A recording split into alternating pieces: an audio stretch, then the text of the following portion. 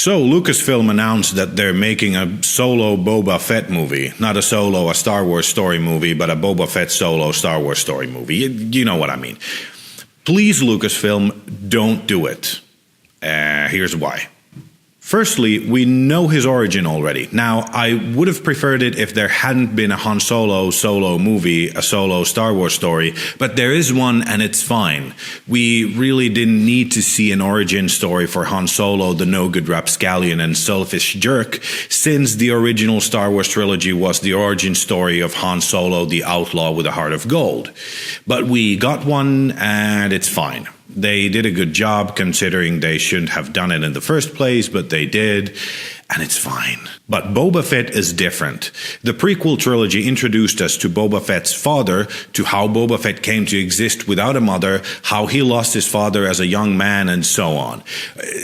We've been told about his people, the Mandalorians, in detail in the animated show Rebels. We really do not need another fucking origin story for how he became a Mandalorian bounty hunter, since we already have that within the existing canon. Secondly, he's boring and he sucks.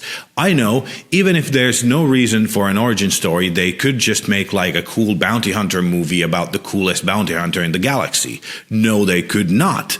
Boba Fett is not cool. His helmet is cool, his ship is cool, but Boba Fett himself is a bland, boring non-character who sucks at his job. We never actually see him hit a target, and he ends up just kind of comically falling into a living hole in the sand. All he ever managed to do was follow Han and Leia for a while. He got the bounty for Han only because Vader gave Han to him and he barely made it out. There's a reason nobody knows who played Boba Fett, but know who played R2-D2, even though R2 is a beeping trash can. It's much more of a character than Boba Fett ever was. Boba Fett is nothing more than a glorified extra in a pretty cool helmet. Thirdly, just why? There's a literal galaxy with billions of intelligent beings and thousands of years of history to pull material from. Why would you choose a boring, shitty bounty hunter when we already know his boring, shitty childhood and his later failings in life that eventually lead to an embarrassing fall to a slow death? If anything, we have too much Boba Fett material already. Just leave the poor man be. Hasn't he suffered enough? However, since you are going to make a Boba Fett movie, which you shouldn't do, here's how you should do it. All we see is billowing smoke shot from above. The black smoke fills the whole frame, but as the camera slowly moves from left to right, we start seeing bits of blackened metal, a railing, a barely moving droid that has lost its legs, and a large laser cannon in the sand dunes. Then we see the Sarlacc. Its tentacles are not moving, and we can hear muted gargles, the death groans of the sand monster. Cut to a close-up of the edge of the Sarlacc pit, and a gloved hand covered in dark viscous goo grabs the sand from within the pit. Boba Fett crawls out of the hole, his armor slightly sizzling and steaming because of the Sarlacc's digestive acids. He slowly takes off his armor, revealing his gray underwear that runs as a single piece of clothing from his ankles to his neck and to his wrists. He steps onto the sand, but it's hot in the midday suns of Tatooine, so he winces. He skips on his tippy toes, exclaiming from pain with each skip. Ow, son of a, ow, until he reaches the body of one of Jabba's henchmen. He takes clothes off the body and dresses himself quickly. His underwear, boots, a leather skirt, and a piss-pot shaped helmet. He grabs a blaster in the sand, but it's hot, so he drops it. It's all burnt and mangled anyway. Screw it. He picks up a bag next to the body. Junk, a piece of fruit, a thermal detonator, a small knife with an engraving of Jabba on it. He picks a pair of gloves and goggles off another body, takes a bite out of the fruit, and starts walking away from the wreckage. The movie goes on with him stumbling around the desert, eventually finding a small settlement of people. Moisture farmers, bantha wranglers, hunters of sand rats. The people take him in, feed him, and tend to his wounds. Boba Fett spends months recovering and reflecting upon all the mistakes he's made throughout his miserable life.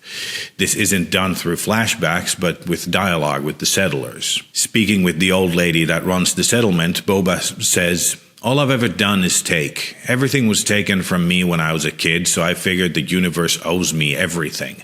So I took anything and everything I could, regardless of the consequences.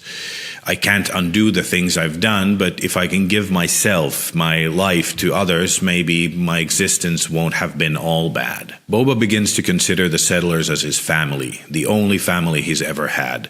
He doesn't miss his Mandalorian armor, Slave One, or anything about his previous life as the galaxy's most incompetent bounty hunter. Boba is a bit of a bumbling idiot, but grows to become a valued member of his small community.